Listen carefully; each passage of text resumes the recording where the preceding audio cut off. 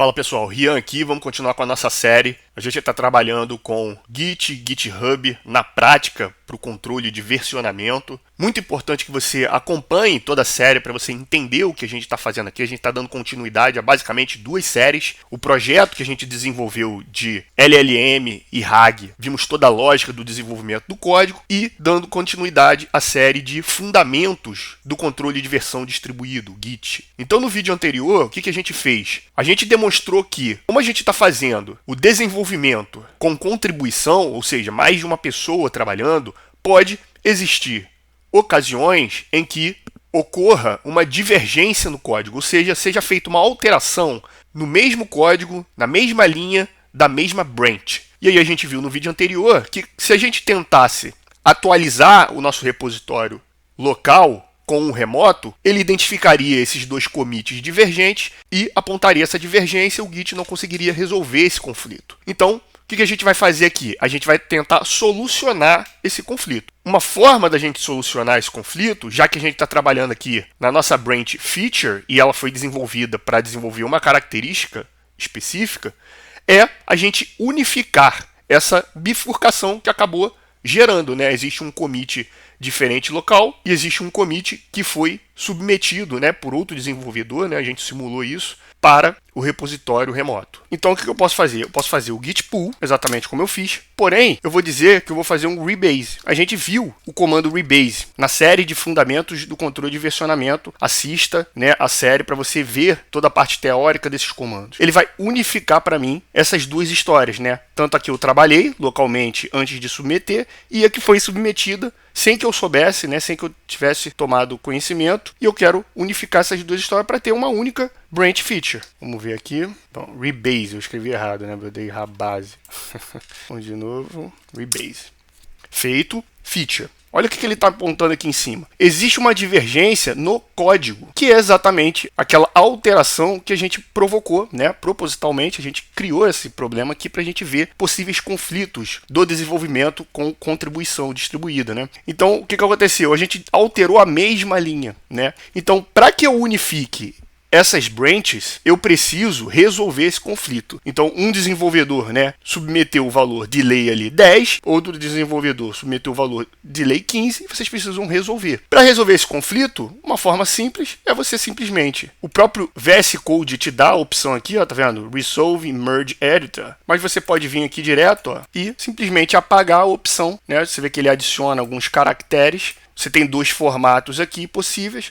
Vamos dizer que a gente vai trabalhar com o formato de 10 segundos para o delay. Então, é só apagar a parte que incorporou para o delay 15. Pronto, está resolvido. Agora a gente pode salvar isso aqui. Vamos acertar. Salvei. Ele abre a edição da mensagem da nossa commit. A gente pode sair. E a gente finalizou o processo aqui de junção das duas branches, né, que nós criamos o conflito aí propositalmente. Só demonstrando aqui porque o gravador acabou parando no processo, né? Então, tendo feito a correção lá do arquivo, a gente rodou o git add, né? Eu fiz a edição, corrigi o valor, tive que adicionar novamente, porque esse arquivo passou a estar modificado. Continuei o processo do rebase que a gente está fazendo e ele finalizou. Qual é o próximo passo? O próximo passo é fazer isso no nosso repositório remoto. Afinal de contas, a gente está resolvendo esse conflito aqui de maneira local. Então, eu vou fazer um git push. Eu vou precisar fazer um force, né? Porque a gente vai alterar a história dessa feature. E vou fazer o origin.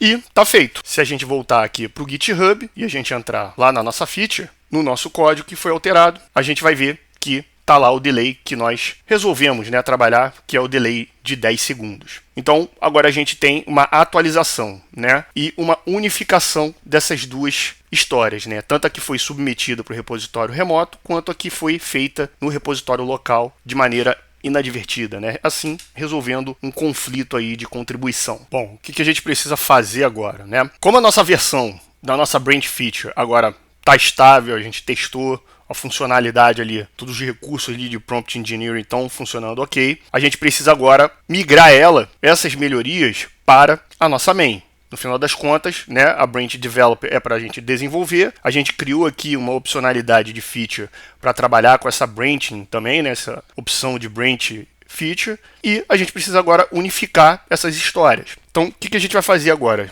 A gente vai voltar para a originária dessa branch, né, que é a branch develop. Vamos dar um git branch e garantir que a gente está na branch correta, né, na branch develop. Agora, o que a gente vai fazer? A gente vai migrar as alterações lá da branch feature para essa branch aqui, que é a sua originária, que era a develop. Então a gente vai fazer um git merge feature, trazendo assim todas as implementações da branch feature que nós criamos para a sua originária, que era a develop. Pronto, foi feito. Perceba que quando a gente fez o merge, ele apresentou essa característica aqui, que é o fast forward. Por que isso aconteceu? Porque enquanto eu estava com a minha branch feature aberta, desenvolvendo e fiz commits lá, inclusive geramos conflitos lá, precisando fazer o rebase, não houve nenhum tipo de commit na minha branch develop. Então ela se manteve inalterada. Quando eu fiz o merge da feature para develop, como não houve alteração nenhuma, então basicamente o que aconteceu foi a nossa história andar para frente, que é exatamente o fast forward. Ele basicamente trouxe a branch feature para dentro da branch develop. Por quê? É como se você estivesse correndo o carrinho para frente, né? Correndo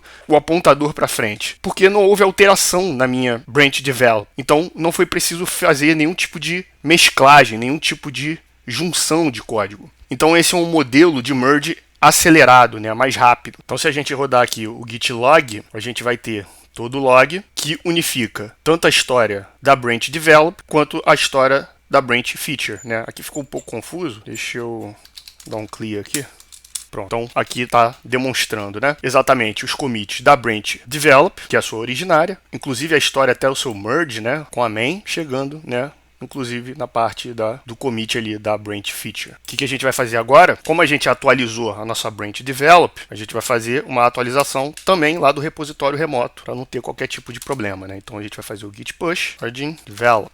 Então, feita a alteração, né, a atualização também da nossa branch develop. Nesse momento que a gente unificou a branch feature com a branch develop, poderia ser um momento de você realizar alguns testes, né? Porque afinal de contas você desenvolveu essa feature numa branch destacada, tendo as vantagens desse destacamento, né, de você poder trabalhar sem qualquer problema naquilo que está sendo desenvolvido na branch da develop. Mas quando você faz o merge de volta para a develop, que deve representar exatamente a branch main, então esse é o momento que você deveria rodar alguns testes para se certificar de que quando você fizer a atualização das características que foram desenvolvidas, eles vão funcionar efetivamente na sua branch main. Como a gente testou isso lá nos vídeos do projeto, eu não vou fazer esses testes agora. Então a gente vai pular direto para a fase de fazer o merge, finalmente, da nossa branch develop com a nossa branch main. Então a gente está aqui na branch develop, a gente precisa fazer um checkout para main.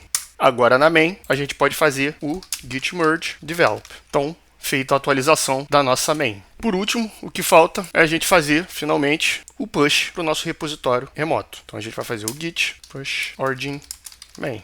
E está finalizado essa parte do workflow. E para marcar esse importante ponto do nosso desenvolvimento, a gente pode fazer uma tag, né? Então a gente pode fazer a git tag. Como essa alteração foi uma alteração importante, diferente da login, como a gente fez, a gente pode fazer uma tag um pouco diferente. A gente pode fazer a chamada annotated tag, ou seja, uma tag com anotação.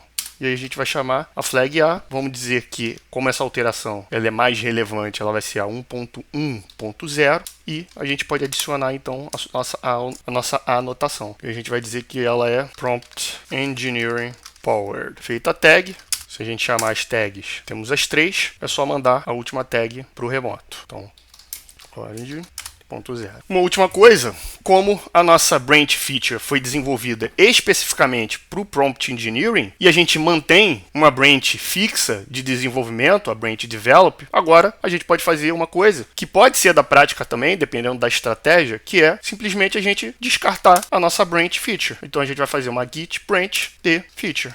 Deleted e vamos também excluir lá do repositório remoto. Por que a gente pode fazer isso? Porque essa branch ela foi desenvolvida só para esse aspecto do programa. A gente vai escolher como estratégia manter a branch develop para poder continuar desenvolvendo, então ela não precisa ser deletada. Essa feature vai ser apagada como uma melhor prática de manter, né, a linha de desenvolvimento ali um pouco mais limpa, né, um pouco mais clean. Voltando aqui para o GitHub, então a gente tem esse estado de coisas, né, depois das nossas alterações. A gente continua com as duas branches, mantendo a developer para continuar desenvolvendo, a nossa main, que é a principal que eventualmente estará em produção, e as três tags que nós criamos até agora. Se a gente entrar nas tags, a gente vai ver que a gente tinha 1.0, 1.0.1, que foram uma pequena melhoria, e temos a 1.1.0, que é do tipo annotated. Então, se a gente apertar aqui, ele vai mostrar para a gente qual foi a mensagem, né? Essa aqui é uma versão que está fortalecida aí pelas técnicas de Prompt Engineering. Por esse vídeo é isso. Se você gostou, peço que curta, compartilha com quem você acha que possa se interessar pelo conteúdo e a gente se vê no próximo vídeo.